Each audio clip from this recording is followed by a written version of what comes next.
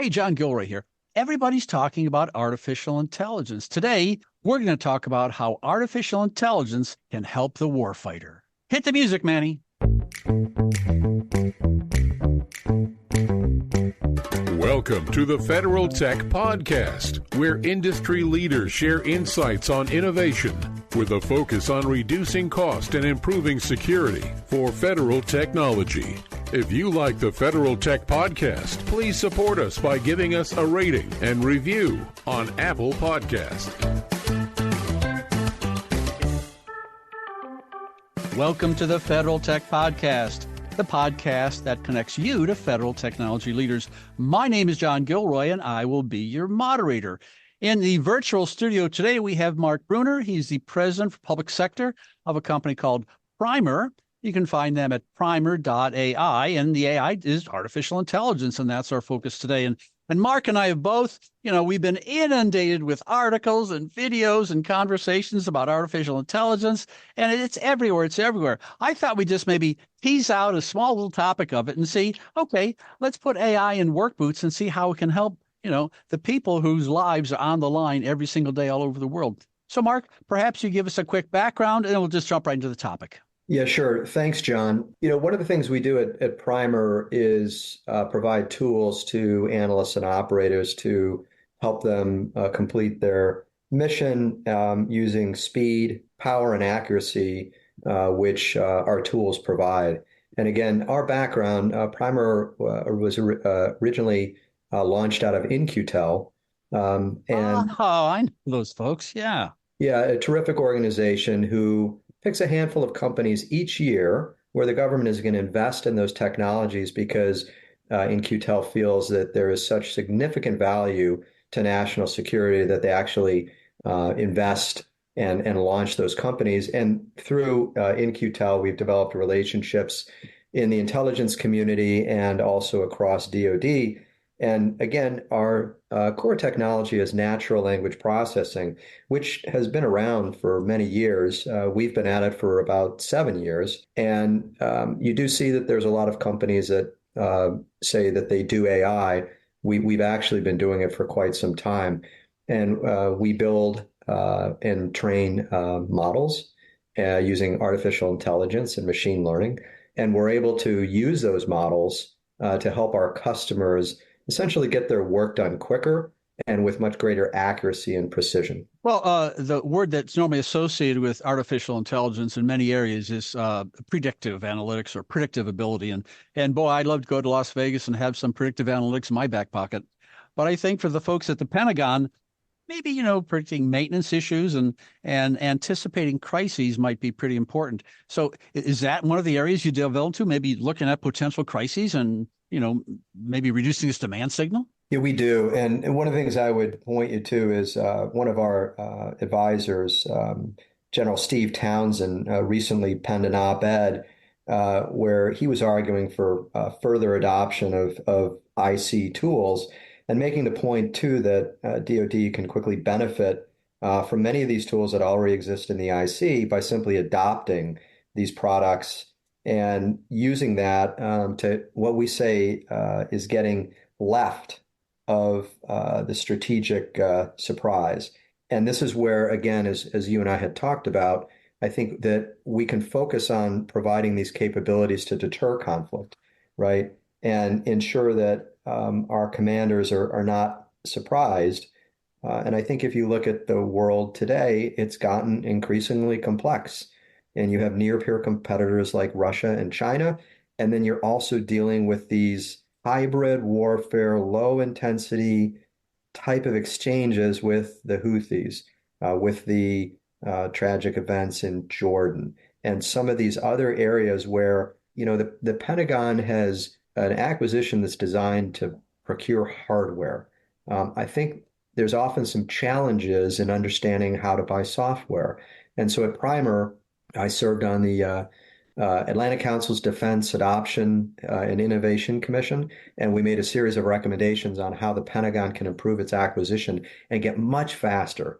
And our CEO, Sean Moriarty, is on a new commission specifically about software-defined warfare. And again, how do you get the commercial sector to integrate more quickly and more effectively with our Pentagon bureaucracy, because everybody wants to do the right thing. But sometimes I think there's an alignment challenge when you bring in Silicon Valley technology and it runs headfirst into what is a acquisition bureaucracy, again, designed for hardware. Right. And I think someone from Silicon Valley would fly into DC and encounter policy constraints.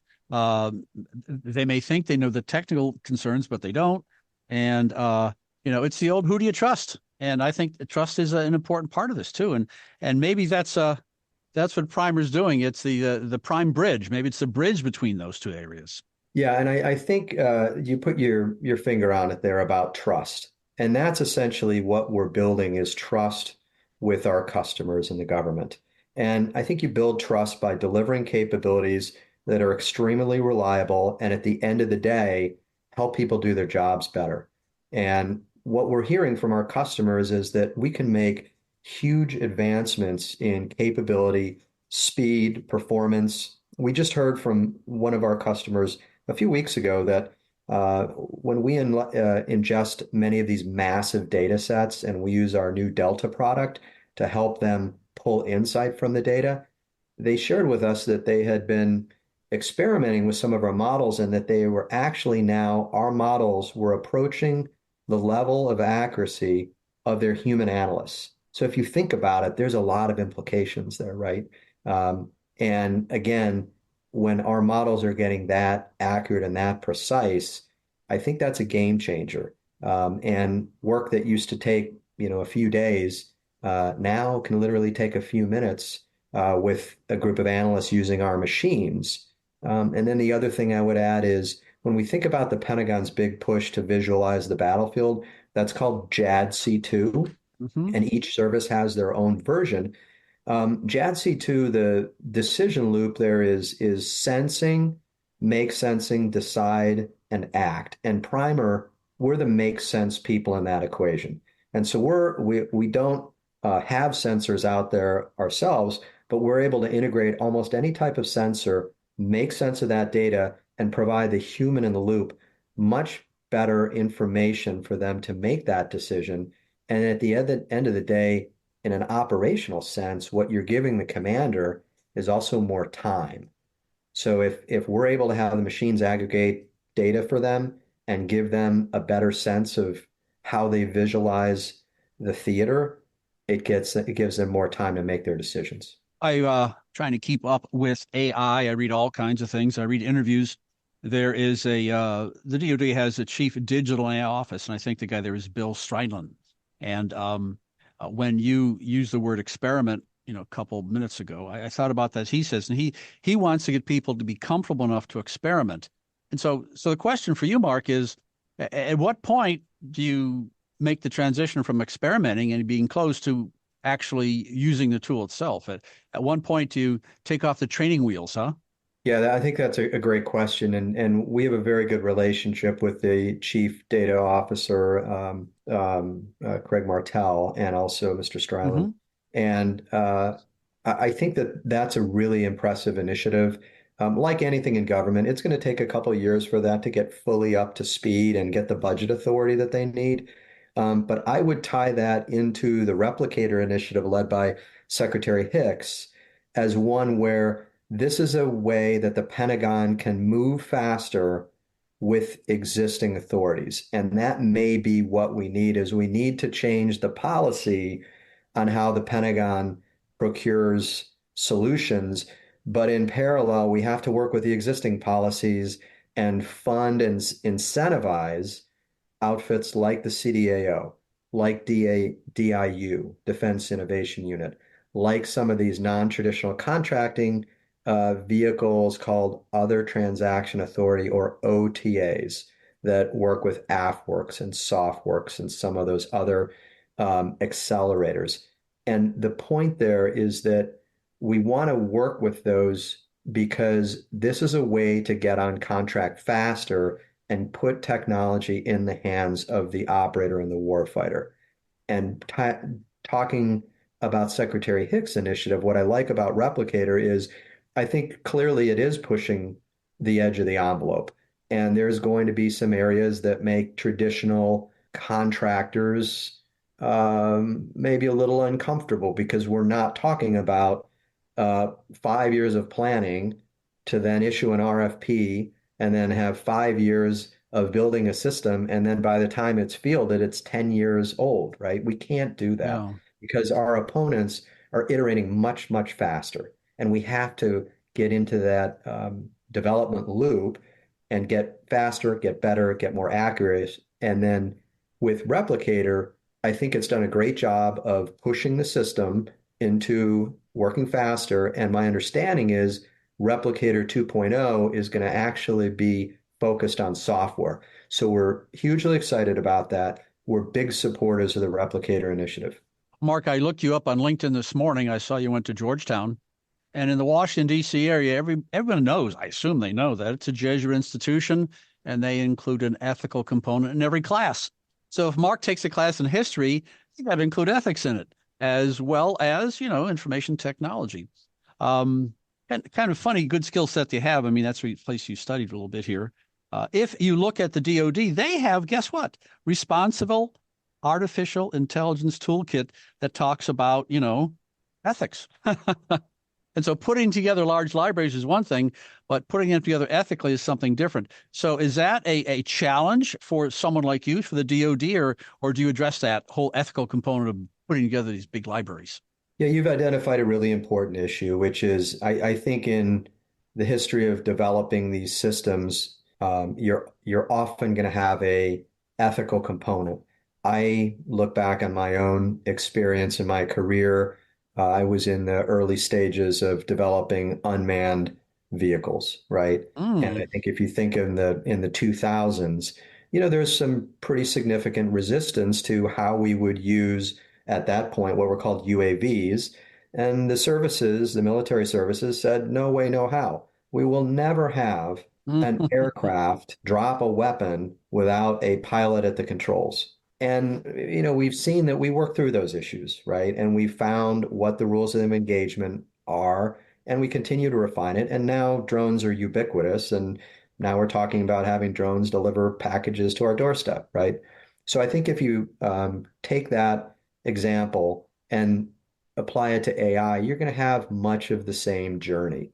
At Primer, we cheerfully comply with all government rules and regulations, and we comply with the responsible AI framework, which was initially developed by DIU and then adopted by the Pentagon, and now it's the current administration's policy. We also participate in many of these roundtables talking about responsible AI and how we should use it both in the US with our military and other government agencies, but also as someone who participates in the Atlantic Council, we are interested in how responsible AI would be used across an alliance, which I think is a really interesting topic. So if you're going to use AI, how do you set up the permissions across nations that you would, be able to share AI? Clearly, if you have a F-16 fighter jet and we'll say Norway or Denmark has 12 jets and there's a mission, you could use their jets to fly the mission similarly that you could use our jets, right? But then for AI, how do you think about sharing that across the alliance? How do you think about setting permissions on who can see what? How do you share intelligence? How do you work within an alliance where in national governments, there may be different policies that govern AI and its use? So I think those are fascinating areas to explore, and Primer has a front row seat to this debate, and we welcome the ability to participate.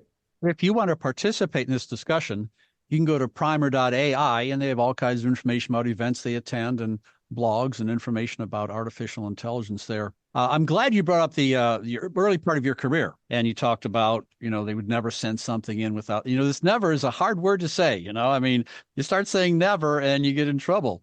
And, if you do any investigation with the DoD, they have a strategy for adopting AI. And I'm going to toss out some words that maybe 10, 15 years ago would have raised some ears. They talk about, federated environments. They talk about decentralized data management and generative AI. I mean, some of these concepts, I would think there'd be some people who, raise their hand and walk out of the room when you talk about that, huh?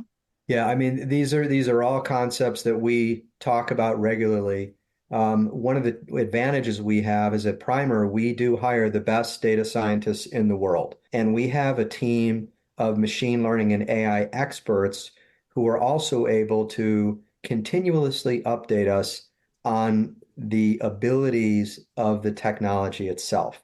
And again, John, where the tech is now is different than it was if we were talking a year ago or even 6 months ago due to the power of these large language models. One example, though, I would highlight to you as far as how it could be used to be helpful as far as our frontline forces. If you think about the incident in the Red Sea about a month ago, I think it was the USS Gravely was a destroyer where unfortunately one of the Houthi surface-to-surface missiles got within 1 mile of one of our destroyers and was only taken out at the very last second by the close-in weapons system, or what they call CWIS. And, at a speed of, I think, roughly 600 miles an hour, if I've got my math right, that's about 6 seconds at a mile. So again, if you think about, could AI and machine learning models have been helpful in that situation? My argument would be yes. And if you think about, could you use models to integrate all the data on every previous missile launch, trajectory, course, speed, endurance, direction of missile, travel as it approached the target? If you crunched all that data in the machines and you were able to provide that to the combat information team, would that have given them more time to be able to make that decision? And as someone who's spent, many years in combat information centers on aircraft carriers, destroyers, and cruisers, I can tell you that as a commander, it is always a difficult decision because you never have perfect information.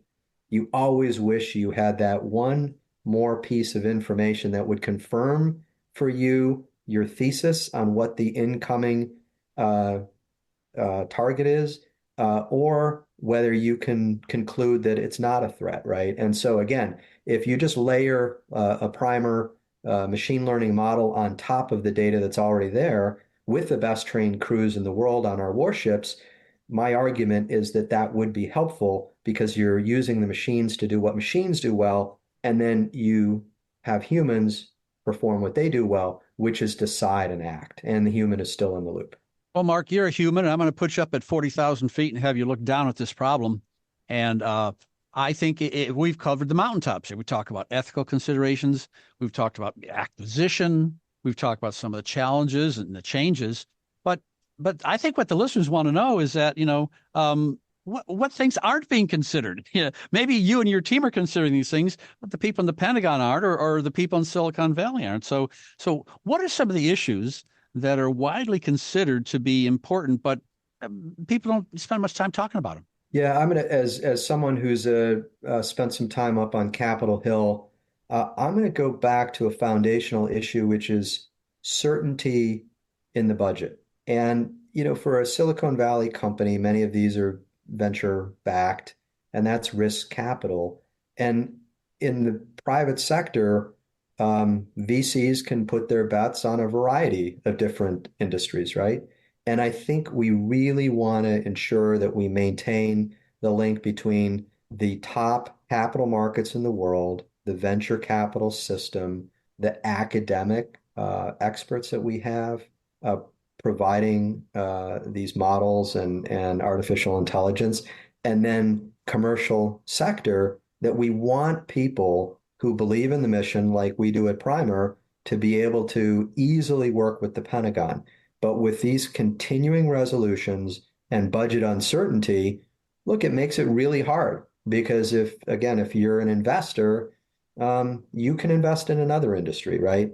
but we want to incentivize them to invest in national security because that helps us keep the advantage over our near peer competitors. So I think budget certainty is hugely important. I think we also have to continue to embrace and incentivize non-traditional contract vehicles that gets the technology onto contract and into the hands of the warfighter quicker. And then we also have to be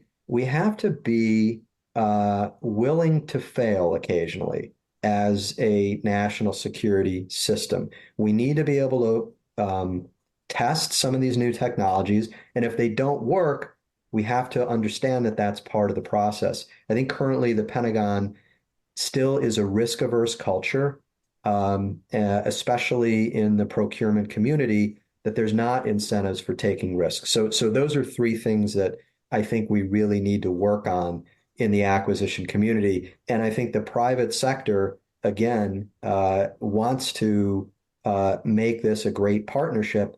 We do need a little bit more help from the Pentagon, and Replicator, OTAs, the Trade Winds Initiative from DoD, which we participate in. These are all great programs, and we hope to see more of those. Yeah, and I think that's your role is going to be a bridge between innovation and the Pentagon. And I think just acknowledging that, a couple tools in the toolbox, maybe, OTA or and think maybe people on the West Coast that aren't aware of some of these tools. But that's your job, Mark, and my job is to say goodbye and wrap this up. You have been listening to the Federal Tech Podcast with John Gilroy. I'd like to thank my guest, Mark Bruner, President Public Sector at Primer.ai. Thanks for listening to the Federal Tech Podcast. If you like the Federal Tech Podcast, please support us by giving us a rating and review on Apple Podcast.